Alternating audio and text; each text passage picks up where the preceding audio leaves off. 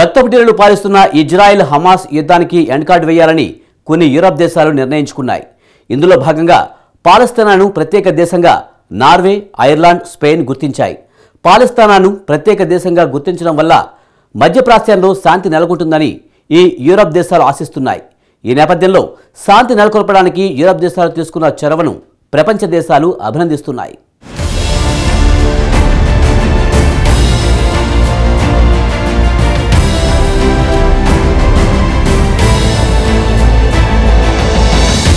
Israel Hamas యుద్ధానికి సంబంధించి ఇటీవల కొన్ని కీలక పరిణామాలు సంభవించాయి.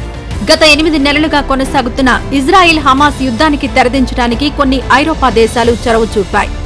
మధ్యప్రాచ్యంలో శాంతి నెలకొల్పడంలో భాగంగా పాలస్తీనాను ప్రత్యేక దేశంగా ఐరోపా దేశాలు నార్వే, ఐర్లాండ్, స్పెయిన్ గుర్తించాయి.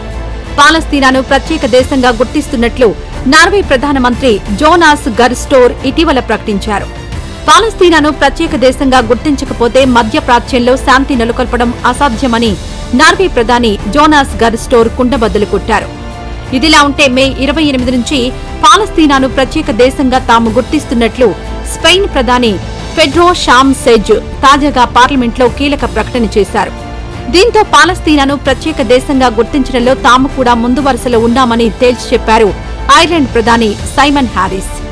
ఈ పరిణామాలపై ఇజ్రాయెల్ ప్రతిస్పందన ఎలా ఉన్నప్పటికీ అగ్నిగోళంలా మండుతున్న మధ్యప్రాచ్యంలో శాంతి నెలకొల్పడానికి ఐరోపా దేశాలు చొరవ తీసుకోవడాన్ని శాంతి ప్రియులు అభినందిస్తున్నారు.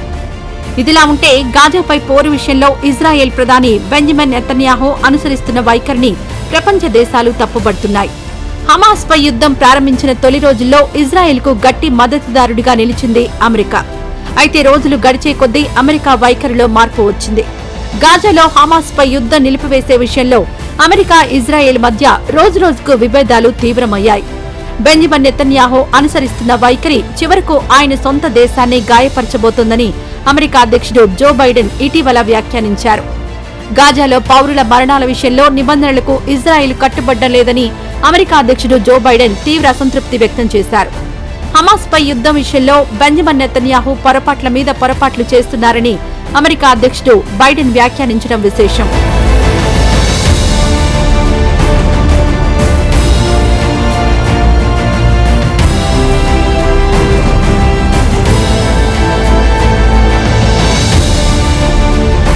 అంతేకాదు ఇటీవల ముగిసిన రంజాన్ మాసంలో కూడా నెతన్యాహు అత్యంత క్రూరంగా ప్రవర్తించారు. రంజాన్ మాసంలో కాల్పుల విరమణకు అమెరికా అధ్యక్షుడు జో బైడెన్ చేసిన ప్రయత్నాలు విఫలమయ్యాయి. బైడెన్ ప్రయత్నాలు విజయవంతమైతే రంజాన్ నెల అంతా గాజాలో తుపాకుల మోతలకు పులిస్టాప్ పడేది. అయితే కాల్పుల విరమణకు బెంజమిన్ నెతన్యాహు నో చెప్పారు. దీంతో రంజాన్ మాసంలో కూడా గాజాలో తుపాకుల చప్పుళ్లు వినిపించాయి. దీంతో గాజాలో అమాయకుల ఆర్తనాదాలు మిన్నంటాయి. ఫలితంగా యావత్ ప్రపంచం ముందు నెతన్యాహు ఓ యుద్ధోన్మాదిలా నిలబడ్డారు. ఇదిలా ఉంటే హమాస్ పై తమ పోరాటానికి అమెరికా ప్రజల్లో మెజారిటీ వర్గం మద్దతుందని గొప్పగా చెప్పుకుంటున్నారు ఇజ్రాయెల్ అధినేత నెతన్యాహు. కొన్ని నెలల కిందట నిర్వహించిన హార్వర్డ్ హ్యారీస్ పోల్లో దాదాపు 82% మంది అమెరికా వాసులు హమాస్ పై పోరాటానికి తమకు మద్దతుగా నిలిచినట్లు తేలిందంటూ అవాస్తవాలు వెల్లడించారు నెతన్యాహు.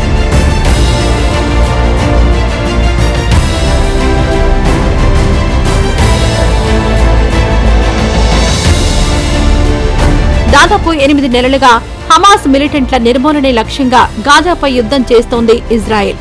ప్రపంచ పటంపై పాలస్తీనాను తుడిచిపెట్టేంత వరకు యుద్ధానికి ఎండ్ కార్డ్ పడేది లేదని నెతన్యాహు అనేకసార్లు బహిరంగంగానే ప్రకటించడం విశేషం. ఇదిలా ఉంటే గాజా పరిస్థితి ప్రస్తుతం దారుణాతి దారుణంగా తయారైంది. గాజాలో ఆకలి కేకలు మిన్నంటుతున్నాయి. ప్రజల పరిస్థితి అత్యంత దయనీయంగా మారింది. గుప్పెడి మెతుకుల కోసం గాజా ప్రజలు అల్లాడుతున్నారు. గాజా దయనీయ పరిస్థితికి ఇటీవల అమెరికా స్పందించింది. ఆకలితో అల్లాడుతున్న గాజా వాసులను ఆదుకోవడానికి అమెరికా ముందుకొచ్చింది. యుద్ధ విమానాల ద్వారా ఆహార ప్యాకెట్లను గాజాలోకి జారవిడుస్తున్నారు అమెరికా అధ్యక్షుడు Joe Biden. Ready to meals పేరుతో ఆహార ప్యాకెట్లను మిలిటరీ విమానాల ద్వారా ఎయిర్ డ్రాప్ చేస్తామన్నారు.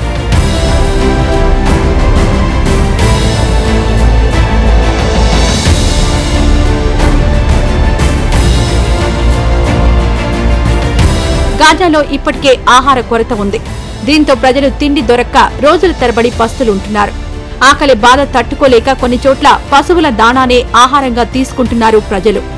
ఒకవైపు ఇజ్రాయిల్ బలగాల మారణహోమం, మరోవైపు శిథిలమైన ఇళ్ల మధ్య చెత్త కుండీల వద్ద తినడానికేమైనా దొరుకుతుందేమోనని గాజా పౌరులు వెతుకులాడుతున్నారు. ఇదిలా ఉంటే అతలాకుతలమవుతున్న గాజాకు వివిధ దేశాల నుంచి మానవతా సాయాన్ని కూడా అందకుండా ఇజ్రాయెల్ చేస్తోంది.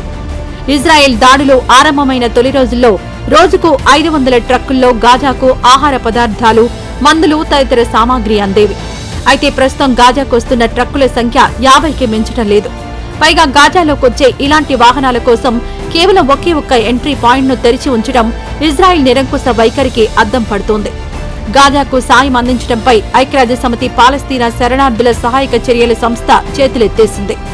దీంతో గాజా వాసులు అలో లక్ష్మణ అని అలమటిస్తున్నారు.